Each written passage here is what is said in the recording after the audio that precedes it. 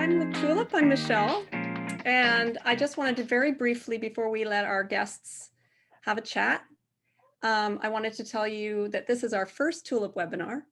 And I wanted to tell you a little bit about it. Tulip is the simple do-it-yourself online search platform that empowers intended parents with egg donor choice, expert knowledge, and coaching support. It was developed by our team at Donor Concierge. And we also wanted to let everybody know, and I think you may know this, but we're thrilled to announce that one of our attendees for today's webinar, so one of you, will be given a free month subscription to Tulip so that you can also find an egg donor. And a little housekeeping, I just wanted to say, if you have questions, put them in the chat box. We'll try to get to them. I know there's a lot of really great questions, so Camille and Carol will get to those, hopefully. If not, we'll try to do a little post-webinar blog that we can answer some questions. I wanted to introduce our guests. So Carol Lieber-Wilkins is the co-author of Let's Talk About Egg Donation, which is real stories from real people, along with Marna Gatlin of Parents Via Egg Donation. This is the first book of its kind written by two moms via egg donation that guides the reader through the process from diagnosis to parenthood through egg and embryo donation. Carol is a licensed marriage and family therapist in private practice in West Los Angeles, California, also licensed in Idaho, and provides individual and couples counseling, as well as psychoeducational consultations for those moving into alternative paths to parenthood. And of course, actress Camille Guaty continues to foster an impressive acting career that spans both television and film.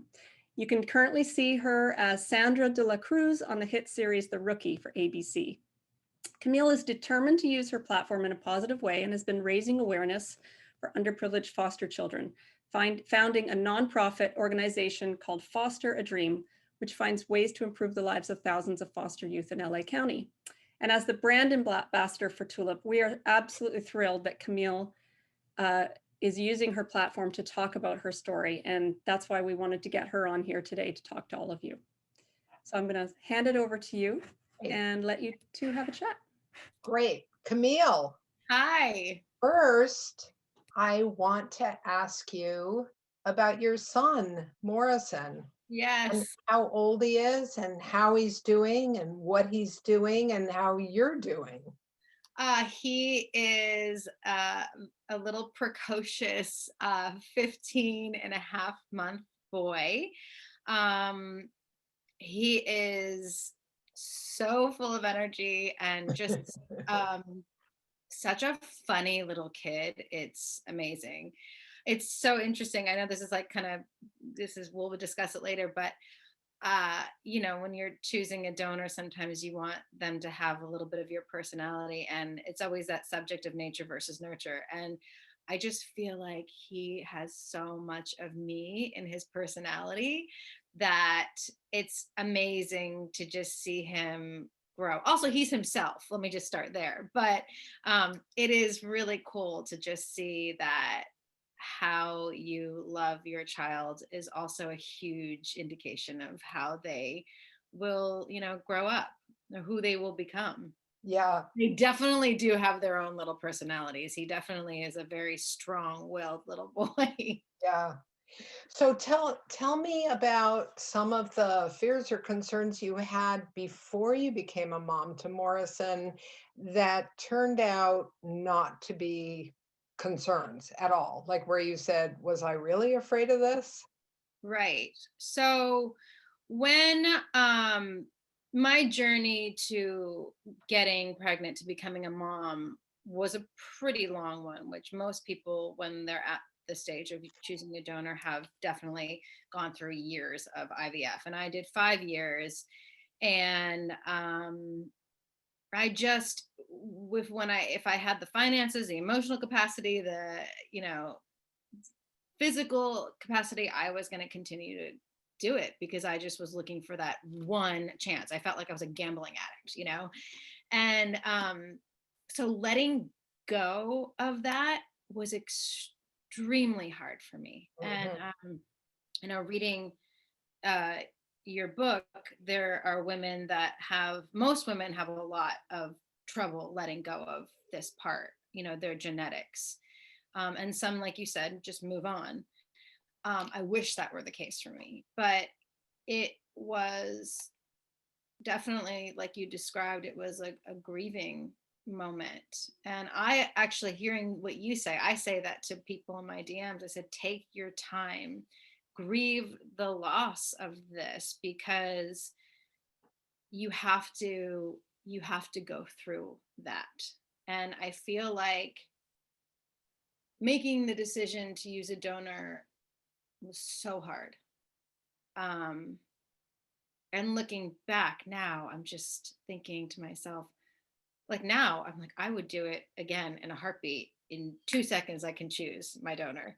But then I didn't, my strongest fear was being left out of the equation.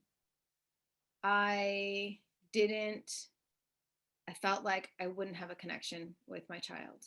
I didn't know what I was going to do when he looked nothing like me. I didn't know how my parents were going to feel. Like, I felt really bad for them. It's like I felt guilty. I'm Catholic guilt. Like, I just have that. And I felt like guilty that I couldn't produce an heir, so to speak, you know, for them. And I remember part of my processing, letting go of my genetics, was I started to, I say this now, and I'm going to keep on repeating the term because I had to shift the lens, right? And I started to shift it in the direction of, well, genetics doesn't make me a mom, right? Loving my child is what's going to make me a mom. So letting go of that, yes, it was difficult, but in retrospect, who cares? Right? We're all going to die eventually, right? I'm not going to care what my lineage is going to be passed, you know, or you know, is the fifth generation going to have dimples? Who cares? It doesn't really matter in the big picture. But you couldn't have told me that then, you know. And so it's probably being his mom, learning his cry, having him reach out to you, knowing what he needs, when he needs it, cuddling up with him, that has given you the confidence that you are, in fact, his mommy. Yes. And it doesn't take away the fact that he has genetic links to other people in the world, and that may be important to him someday. At the same time, that journey from infertility and the grief piece to where you are now is all about doing it. It's all about mothering as a verb, right? So that you get to the point where you don't feel like you have to question your authenticity or your realness as a mom, because you are his mom. And it's hard to know what that's going to feel like until you're there. Right. It's, what would you say? What would you say to people who are struggling about the transition piece, the moving on and letting go part? Like, what advice? Because I could give my advice from my experience, but as a professional, I'm sure you have many tools to. Well, I think, you mentioned the chapter in the book on grief. And when I do consultations and counseling with people that are, trying to move in that direction, the exercise to let go of the fantasized and imagined child is a very, very important and concrete piece to taking that next leap, right? And because you didn't do it, that was part of what made that journey so hard for you, is that you're doing it as an alternative, like, my eggs are crap, I'm going to go get some other eggs, but it's not a psychological process or a movement. The exercise is one, reproductive loss is so hard because the child that we haven't had, that we're unable to have, is invisible. And it's all a fantasy. It's like you said to me, like, you imagine the perfect combination of you and your husband, and features of you and features of him, and not just physical features, but personality as well. And the longer we're in treatment, trying to have that kid, Right. the more entrenched that fantasy becomes, right? So that child, by the time we reach some point, is so real to us, even though there's no way you would ever have that kid, even if it was from your egg. Right.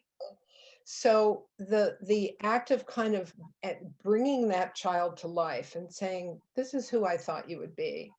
This is what we would do together. And you'd have my grandmother's eyes and all of that Mm. gives a reality to it, right? That otherwise when it's a fantasy, it's just too hard to let go of. So bringing that child to life in the form of a letter and then planting a Mm. tree or Mm. to the beach and reading the letter and saying goodbye to that imagined child um, is a way, it's like giving yourself the funeral that you don't get because there isn't a person there. There isn't a birth date and a death date and all of that. And so many people really find, of course, it's not a magic wand that's gonna make you never think about it again. That doesn't happen. But it is a way of kind of moving from one step to another that says, I've closed one door before opening the next. Right. And what that does is it allows you to embrace any child that Mm. is yours, even when they are very different from the one you imagined. Right.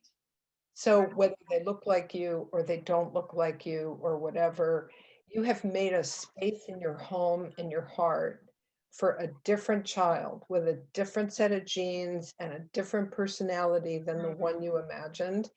And even if they turn out to be very similar, they're still not that little Camille, Right. right? Right. So that's the advice. I mean, that's a longer piece of advice than That's you can great sometimes advice. give in a DM, because it's a real process. And of course, it's a process that I walk people through as a mental health professional. But it's really important because it when you're told you can't have a child with your own genetics and, like you said, my family's lineage and an heir and all that, there's been a death in the family. Mm. There was a death in the Guaty family, right? Mm. But nobody says, I'm so sorry for your loss. Right. There's no funeral to go to, there's no graveside, there's none of that. But there is that feeling that you could tell even when I was talking about it. Mm-hmm. And so the exercise is a way of saying, yeah, that really did happen, and there has been a death in the family, and I need to honor that. Wow. I mean, that makes so much sense.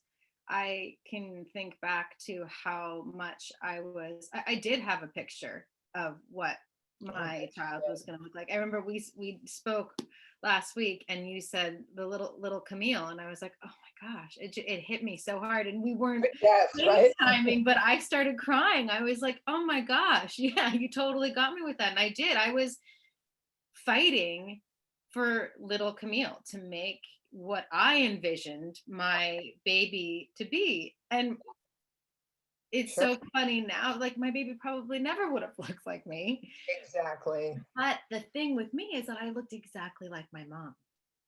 I do look like my mom. We have the same, except for the dimples, and I have darker skin, but I look exactly like my mom. So I feel like I was carrying that fantasy Mhm. of my my little girl is going to look like me. Now, I didn't even have a girl. I had a boy, right? Didn't even come into my mind. That's the way it works. Um, so how would you also, like, what have you experienced, has come up later, right? So after we go through this and we choose a donor and now we're, um, in this awesome stage of being a mom, what have you experienced comes up still that is like the grief aspect? Actually, I had an experience. You want Yeah, me to? I thought I was going to invite you to talk about that. Go ahead and share that because it's so common. And I think this experience is what spurred me to want to speak to you. So, here I am going along with my days, and I'm telling 99.9% of the time, I am in, just such gratitude and loving my little boy. And there was this moment that I had where my husband has a very good, like close connection to Morrison. It's very, but it's also very attached, right? And I feel like I'm kind of the worker bee. I do everything and I'm his mom. And so sometimes I can get a little like jealous of that. And then he started to call my husband mama. And I couldn't help it. It was like all my fears from prior just came flooding back in. It was like all my triggers. And I thankfully have an amazing husband where we were able to sit and talk and cry it out and tell him, this is how I'm feeling. Like I'm feeling like I'm left out of the equation. I'm feeling like he really gets the genetic. Like I feel like they're like, because of the genetics, you guys have this bond and I don't have the same bond that you guys have. The fact that he's calling you mom, like I think does he realize that? Does he know that? Like does he feel like you're closer to him because of that? And it really got me. Now he's calling him dada again. But it got me to the point that I know it wasn't silly. I had to work through everything that I was feeling, but I definitely had that feeling of being left out again in the worst, in the biggest way possible. Mm-hmm. But if you want to touch upon So, that. so remember when you told me that story a couple of days ago, I said it is so common that you would feel that way having a child that's not genetically related to you. But the thing is, so here's the thing about collaborative reproduction is we have all the regular developmental stuff that every family has. We have limit setting and bedtime and what to feed them and cloth versus disposable diapers and preschools. And we have all the regular developmental stuff, but then we have a layer on top of that. And the layer on top of it is that we've experienced loss and trauma, right? Our children will grow up, in a family where there's a genetic link somewhere else. So, and all the things that you went through in choosing the donor and all of that, and talking to our kids about donor conception through their life. So we have a layer on top of a regular family that is a little different than our next door neighbor, right? Or our friends. But we also have all the regular stuff. So if you take a poll of all your friends, and you say, like, how did you feel when your kid was like, dada, dada, dada, dada? And they'd say, it made me so mad because I'm doing all the work and all the boots on the ground. And he comes home at the end of the day, and he's the hero, right? That's kind of a typical sexist scenario, right? Right. And the people that you're talking to got pregnant perhaps easily, but certainly with their genes, with their gametes. So you have families with his sperm and her egg, and that takes place in every family, and it switches, right? Some kids go through periods where they don't want to have anything to do with their father at all. And imagine how that feels for a man who is a dad through sperm donation. They go through the same thing. Feeling like, well, it's because of that, rather than they're just attached to their mommy right now. So you experience something that is so common, but it got attached to your infertility issue, so that you thought somehow your child is aware of and can sense that the chromosomes in your body didn't line up with the chromosomes in his. And so it will switch, and there will be a time where you'll be like, get off of me and go to your father. Go to daddy. So, but that's a perfect example of, the experiences that we have that are similar but have a different meaning, than other families. Another one that comes up are things like, let's say, for example, milestones. You know, they're not walking at a year, or they're not reading in kindergarten. You know, it's not ever the great stuff or the happy stuff that makes you think about this, but if there's ever like that moment where you think, oh, is he okay? You know, is he healthy? Every family goes through something like, oh no, should we get them tested? Do we need to get Right. them help? But if we go through that when we've collaborated with other people's DNA, what do you think you're going to think? Uh-oh, picked the wrong donor. Yes, What right. was wrong with her? You know, what didn't they tell me? Right? Even though it could happen if it was your egg as Right. well, right? Not all kids develop at the same rate. So that's another example of an experience that we have that is just a typical parenting experience, Mm, but it's got that overlay. It's got that overlay. right. And Right. so part of our job as parents through collaboration, part of our job is to help our children understand how we built our family. Right. And the other is to help ourselves and them separate out regular developmental issues from collaborative reproduction issues. And it's hard because we don't always know. Right. Yeah. And Because that some, your some, example was a perfect example of that. hmm yeah. Some, and I think it's more widely acceptable now to have like open donation, right? But most of the time it's anonymous and you only get a little bit of information. But at the same time, I think this is something that I actually wanted to bring up with you too. The important information now I know is the medical.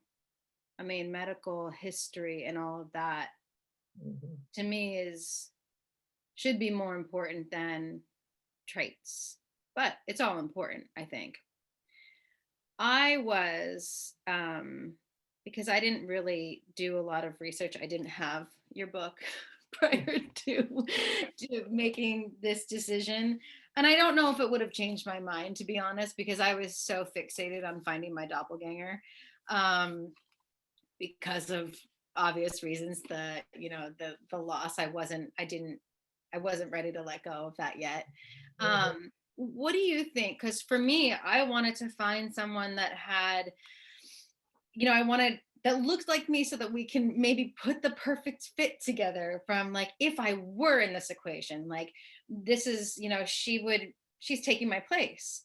So I actually asked for videos to see their personalities, along with wanting to find someone with like brown hair, darker skin, round eyes, button nose. I wanted to find like all of these things and put her together. And I actually did find somebody who was like pretty great after months and months and months of searching. But how, in your opinion, like what's important? And I know that's probably such a big question to ask because it varies for everybody. Yeah. What Well, really is important? well, obviously what's important to different people, is going to vary, but I'll tell you the advice that I give people, which won't surprise you, is very different than the advice they usually get from others. So the only advantage to having physical similarity Hmm. is so that you can pass in the world Mm, as a family that right. maybe was created more easily, right? So it means when you go to the park or you're out in the world, people are not necessarily noticing an obvious difference, Right. right? And then wondering, oh, how did you create your family? And I'll give you a very, what? So they say, oh, she's the nanny. Well, interesting you said that. So a little bit about my story for anybody who doesn't know me is very, very long time ago, I was diagnosed with super early menopause, ovarian failure Mm, when I was 30. And there was no egg donation at the time. I became a mom first through adoption, and adopted my oldest son at birth and was present when he was born. But by the time that happened, I became one of the first people in the world to receive a donor's egg. And at that time, they were IVF patients, and I was just given eggs. I didn't know anything about her at all. Times have changed only a little bit since. Okay, but anyway, the story is before I was gray, I had black hair. I have very olive skin. I've looked very ethnic all my life, been taken for everything. And I had two of the blondest children you ever have seen in your life. One of them, somebody called it like Swedish straw. It was like yellow, white. It was the color of Kleenex, right? So I go out in the world, oftentimes to the park because I had children very close in age. And I'm walking around looking like I could have fit in your family, right? And I've got these two very blonde children. I was frequently asked if I was the nanny because, of course, if you're, you know, dark with blonde children, you must be the paid help. Right. And everywhere else we went, people would say, oh, how did they get their blonde hair? Is their dad blonde? Luckily, I did a lot of the work that I teach before I had children, and it didn't bother me at all. And I liked to talk about it. I liked to tell people that our family was created differently, but not everybody does. And so that's a family that doesn't necessarily pass. Their dad actually is Anglo. He's like English and Welsh and all that. So they matched him, but they didn't match when they were alone with me. So choosing a donor who matches you physically just means that when you go out in the world, you're less likely. People notice hair color and general skin tone. That's all they notice. They don't really notice shape of eye and stuff. They just notice if you look distinctly different in terms of coloring. So, but as a therapist, I know that the reason most people want to choose somebody that looks like them is so that they don't have to think about it. So when they look at their child, they're not thinking, oh, I needed help to do this, and you're actually connected to this other person and not me. And that somehow, if your kid is brown haired and olive skinned, that you're not going to think about that, which of course is not the case. So my advice to people when they are looking for someone to collaborate with, because that's really what this is a collaboration. We're all getting together to create a human life together, right? Is to choose somebody that from their profile, from the information that you're given, seems like someone that, two things. One is that you'd really love to spend a few hours at Starbucks getting to know better. Like she just sounds intriguing, interesting, funny, kind, all of those things that would make you say, hey, let's have a coffee, right?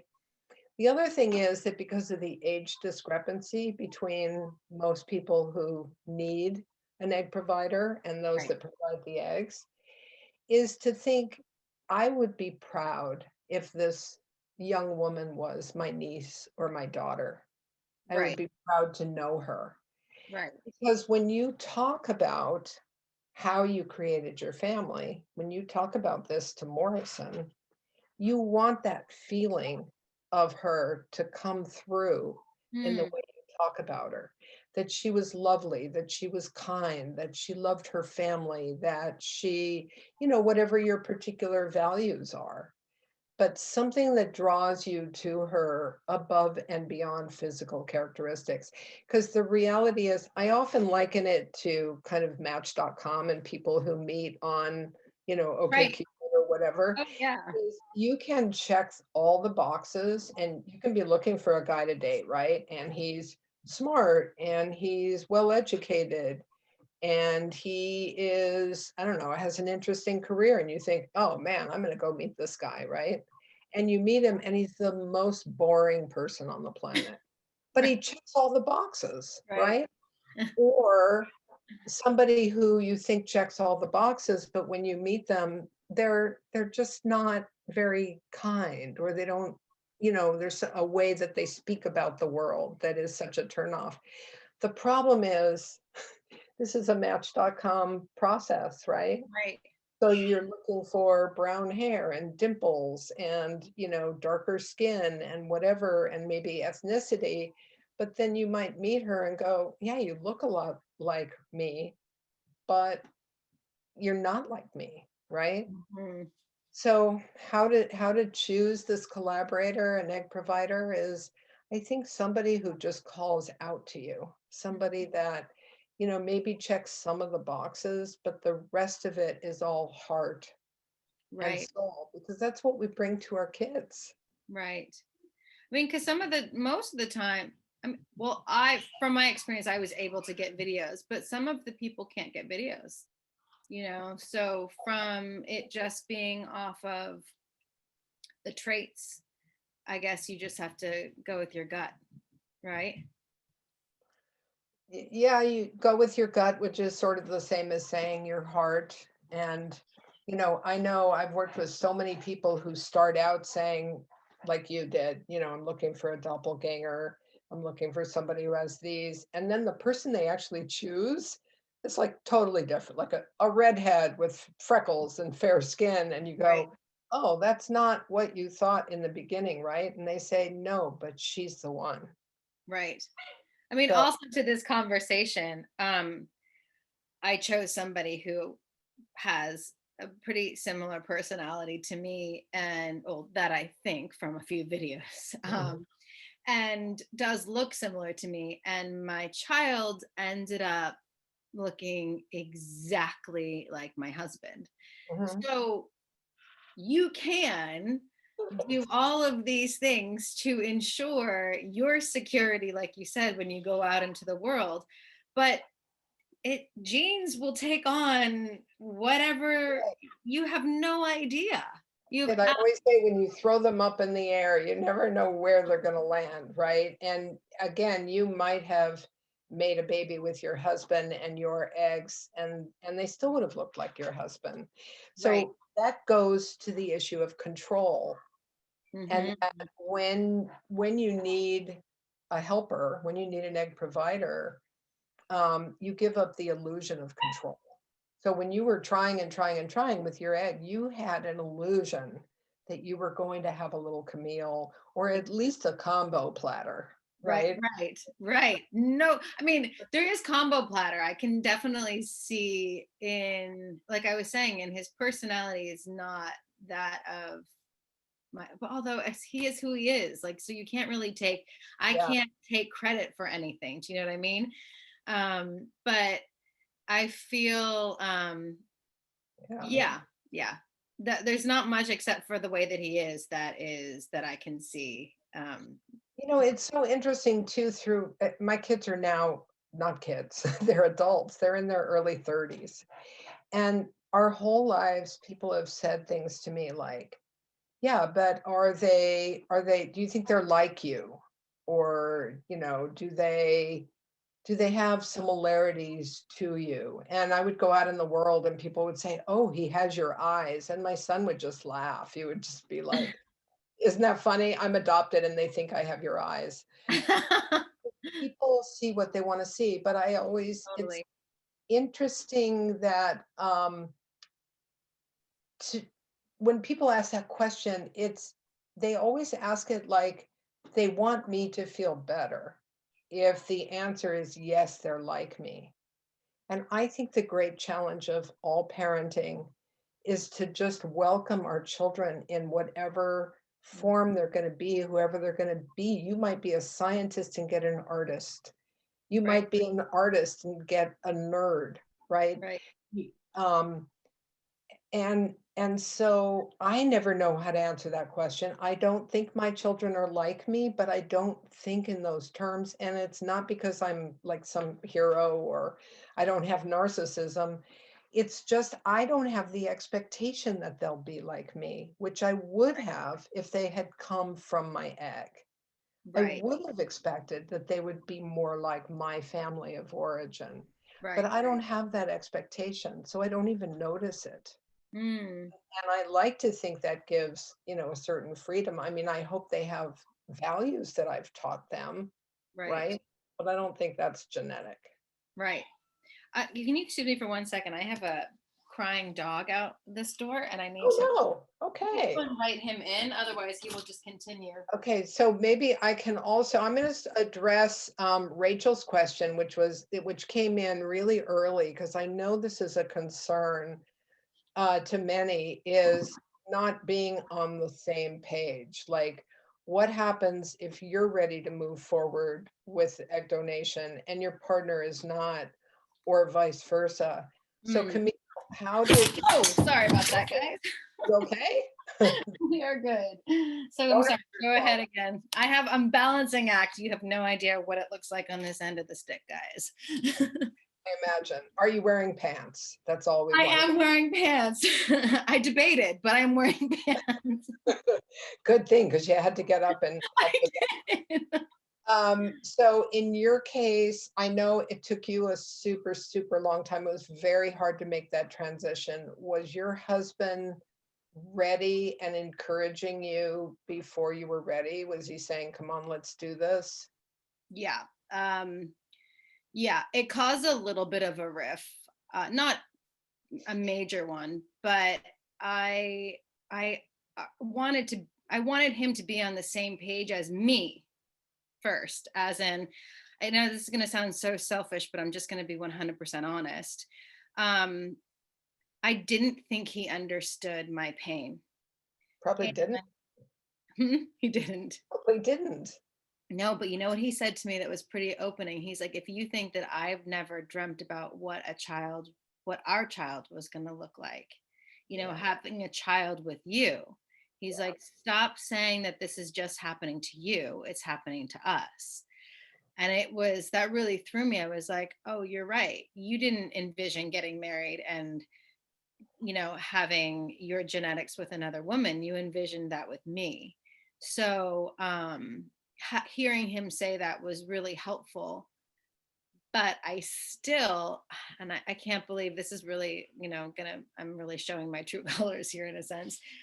But I wanted him to say yes to adoption, because that was to me, I was like, I wanted a clean playing field. Like, if you can't use my genetics, then we can't use yours. Parity. We call that parity, I mean, equality. yeah, and I felt awful. Like, now looking back, I felt awful. And then I came to this place of, well, if he desperately is holding on to this and wants this, and why wouldn't I give him this gift of doing this? Like, why am I not allowing this to happen? And I eventually, came to terms with it. But I think it was because I was grieving so much that if I can't have it, he can't have it. And it's horrible to say this now, but I did go through that. Yeah. Yeah, of course. And I think that's really common. And there are some people who choose other alternatives for that reason, because it Right. is, they can't get past that. And they Right. really do want the equality, or what we call parity. And in those cases, sometimes they choose an open embryo donation situation where the child is not related to either Right. one. Or they move into a traditional adoption, which is, I'm there. So that's a Right. perfectly wonderful way Right. to create a family as well. Well, I But do it, have to say, sorry, making that choice, I'm so grateful that I did, because one thing that my fertility doctor said to me, he's like, you can carry until you're 50. He's like, fortunately for you, that's not your issue. Your issue is, DOR. I had diminished ovarian reserve. So I'm so grateful that I made that decision, because I was able to experience a side of motherhood that I didn't think I was going to be able to have, or I was going to take that away from myself because of how I was feeling. And I got to deliver, and I got to go through pregnancy. And even though I had some really wonky moments of my pregnancy, I was so happy, because I think I fought so hard to get pregnant that when I finally was pregnant, I was like, I am just going to indulge in every moment of this. I didn't want him to come out. I was like, I Oh, love the connection of having him inside. I was like, I don't want you to come out yet. I'm not ready. And most people are like, get out of me. You know? I didn't or want him to come out. and that's the one thing that you and he will always have that Right. nobody else on the planet has with him. Right. And Exactly. that's not to say that for moms who become moms through Very surrogacy and egg right. donation, they're moms. Right. They are moms as much as you are and I am Exactly. and anybody else is. It doesn't require gestation to Right. be a mom or genetic connection. Exactly. But certainly that was something special that you did appreciate Mhm. and is really special. Right. And you'll always have with him. And you can always talk about that experience and when he was in you and what it felt like when he was kicking and moving and how you talked to him Right. and all of that. So Yeah. that's unique. That's something for you. Yeah. Thank you. Did we answer her question? I think. No, because the other thing, so I think in her case, her husband is not on Oh, board. her husband. Yeah, or is hesitant. So, there's no easy, quick solution, Rachel, to your question. But as a therapist, I would tell you, and it won't surprise you, that if it is not the right path for both of you, it's not the right path. And that can be really bumpy and it can be really hard. And you might need some help with it. You might need to find a therapist that understands these issues that you can work with and try to understand his reluctance and what would he like to do instead and what are the options for you as a couple. um, but it never goes well if one person is pressured because these issues come back later. They come back in the first tantrum or they come back the first time the kid is struggling in school or they whatever. So without a solid relationship, it doesn't matter if you get the kid, right? Because you're trying to create a family with that person. So I hope you get some help and a third party to talk it through with. And then there's just some logistical questions. Yeah, you can find my book on Amazon. Uh, That's okay, you appreciate the transparency. Well, transparency is what you'll get with both of us. So welcome to transparency. I've been talking about this so long, it's second nature, but true. I always was um I always was very open. In part because when you become a parent through adoption, you have to go through classes to understand what it means to be an adoptive family and to understand the needs of your children. And I have always believed that we need a similar process when you're moving into donor conception, which is a 50% genetic adoption.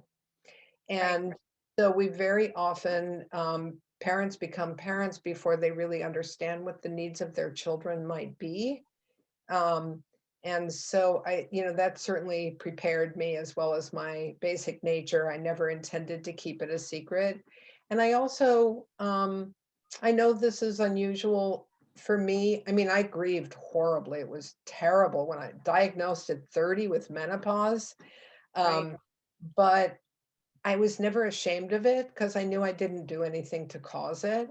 So I just talked about it pretty freely, and that served me well. And I think it served my kids well, where um, we still talk about it.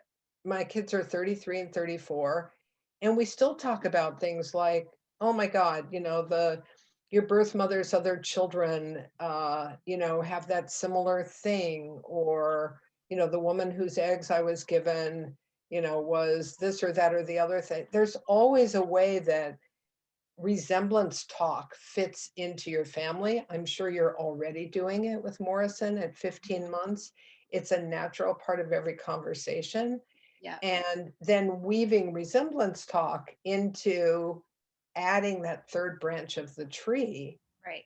is that's the challenge and the fun for me because Morrison does have 3 branches instead of 2. Yeah.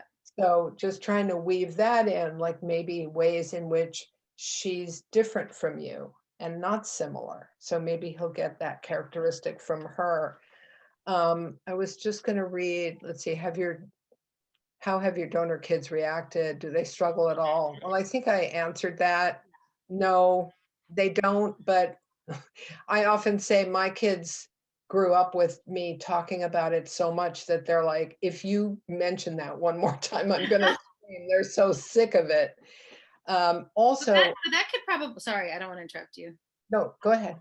I was saying that's part of when do you speak to your child about it, early or later on? And I feel it is so important to speak early. One, because it takes away the shame. Your story is your story. There should be nothing shameful in that. And the earlier you talk to them, the more you normalize how your family was created, so that it doesn't become such a shock to them later. I have friends that are saying to me, well, he's not really, or even my husband sometimes, he doesn't really understand yet. I'm like, that's the point. That is the That is point. the point. Yeah, You want to talk to him before he understands the whole process of it, because this is just, this will become so normal to him that he's not going to look at it as he's different, because he's not. and they certainly can understand that you needed help and that you asked for help. Right. People helped you and that there was a part of your body that didn't work. And so someone gave Right. a part and that Right. resulted in him being your son. They can understand all of that. Right. You don't have to understand reproduction. And you're so right. Also, big point is the earlier you start, the easier it is for you. Sure. Because I now get calls from people who have adult donor offspring kids, right?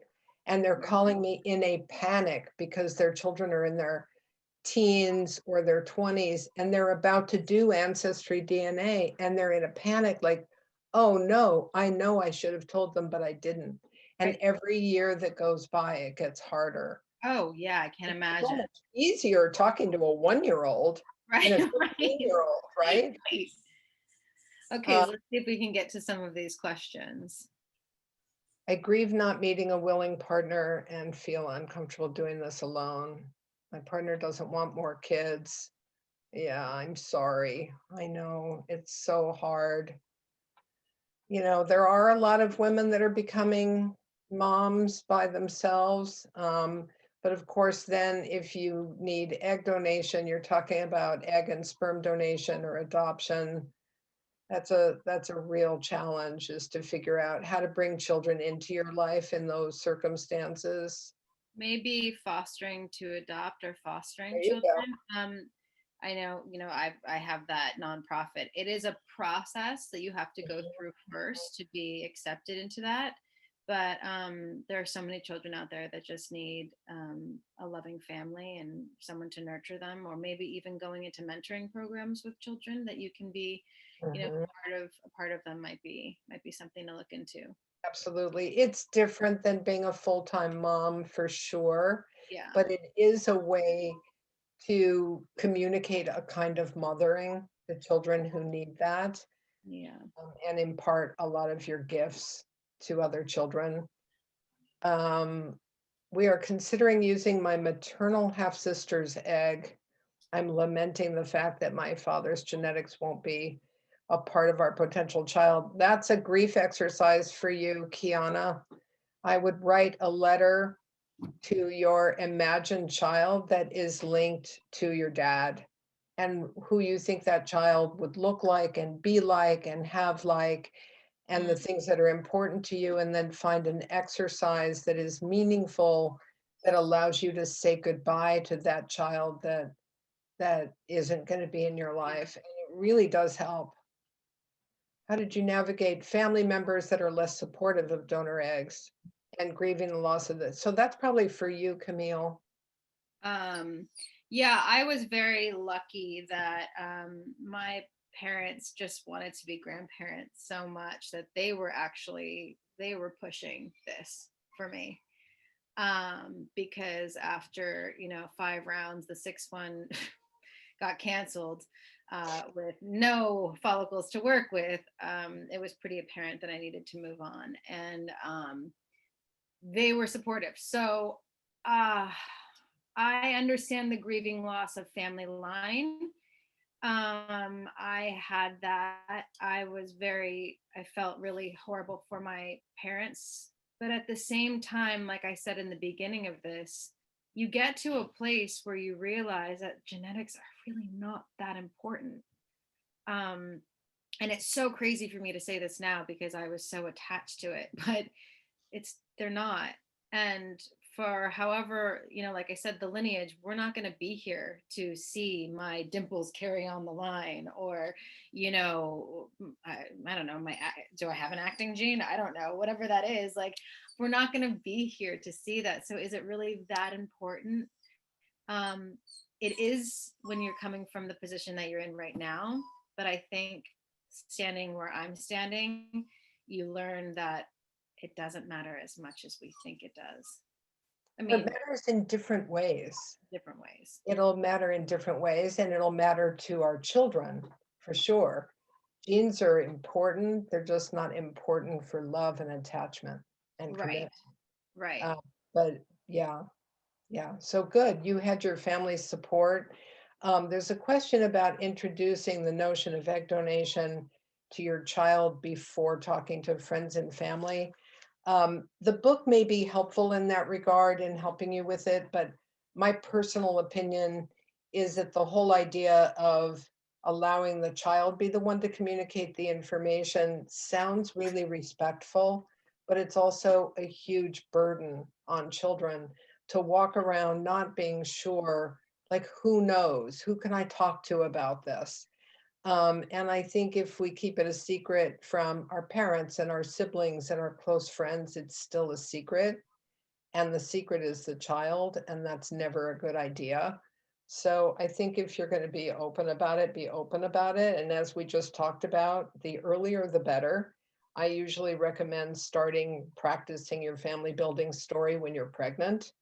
And then you're talking to this child all the while you're growing it, if you are the one pregnant. And if you're not, and your child is growing in a surrogate or someone else, you can still practice the story and then continue it when they come out. And you get used to it because it's awkward language, it's awkward words, and you become more familiar with it. And then you just keep talking about it, and you use resemblance talk and who's like who, and what do they get from dad, and what do they get from mom, and what do they get from this egg provider.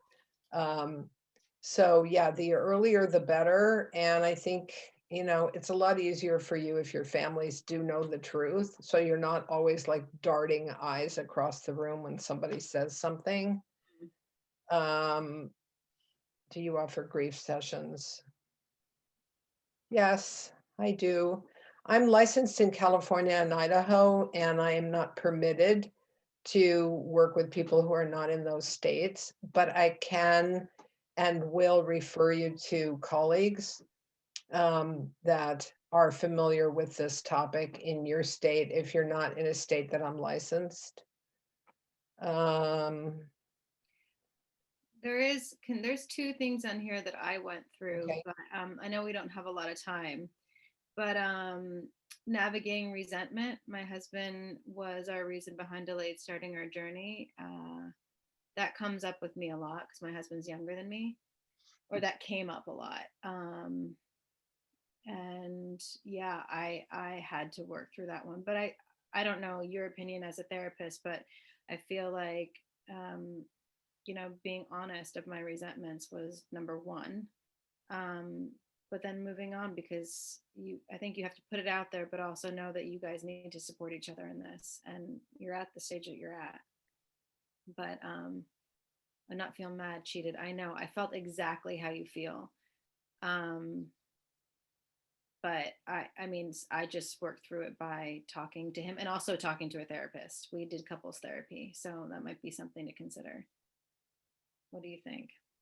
It's a partnership, you chose your partner to be the partner in life, which included creating a family, and can't be a partnership if the path forward is not right for both of you.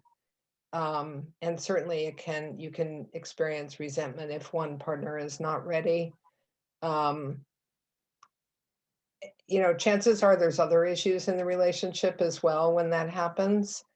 But you can also think if they're not ready, then there's a reason for that. There's no easy answer for that. I mean, it's just there's no easy answer. I look back and I'm like, I know as much as I was ready, my husband wasn't ready, and there's no way I would have been able to have a child with him earlier on. As much as I There you go. resented that, Yeah. there's no way. There you So I came to that conclusion pretty fast. So now you got the dad for your child that he really needed Right. and you wanted. Exactly. And going through that process too of IVF, 5 years of struggling, really brought his desire of fatherhood to the forefront, and we grew so close in that, which doesn't always happen, but we grew really close as, a unit together. Right. Yeah. That's great. Yeah. That's really great. Michelle, what do you think? Do you want to wrap up? I think so.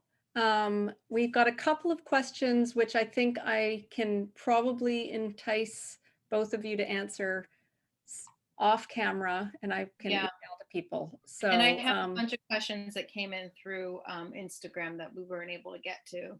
Right. So I think there's so many things to go through, and this has been unbelievably helpful. So thank you to both of you. Camille, for being open and honest about your journey and your, and to celebrate your son, who's wonderful. thank you.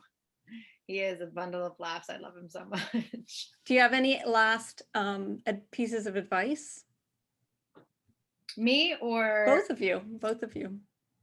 Carol, why don't you go? Take the floor. Man, quick pieces of advice. Don't create a family in a way that doesn't feel comfortable or right for you. Either wait until you can feel comfortable or find a different path. There are a lot of paths to parenthood, and they're not all right for everybody. So try not to squeeze a square peg into a round hole.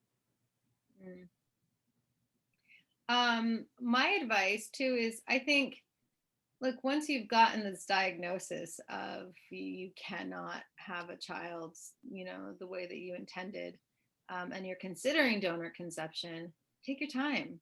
The ticking clock is done. I remember just the clock was going. Oh, I have to do another round of IVF. I have to do it next month.